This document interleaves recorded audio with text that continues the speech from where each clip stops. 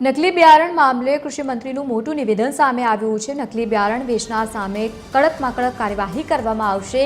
ખેતીવાડી વિભાગને પણ સખ્ત કાર્યવાહી માટે સૂચના આપવામાં આવી છે। રાજકોટ જિલ્લા ખેતીવાડી વિભાગે લીધેલા 11 નમૂનાઓ ફેલ થયા છે। નકલી બિયારણ ચલાવી નહીં લેવાય તેવું નિવેદન રાઘવજી પટેલે આપ્યું છે।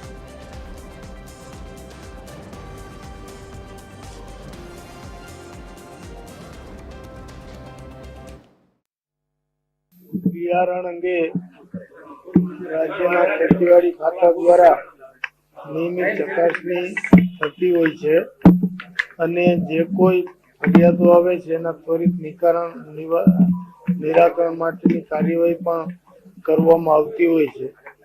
કોઈ બિયારણમાં કોઈ પણ પ્રકારની છેતરપિંડી કે ભેળસેળ એવા કોઈ પ્રશ્નો હશે તો એની સામે કડક કાર્યવાહી રાજ્ય સરકાર કરશે। આ નમૂનાની હકીકત મારી સમક્ષ હજી રજૂ થઈ નથી। હકીકત આવી હતી યોગ્ય પગલાં લેવામાં આવશે।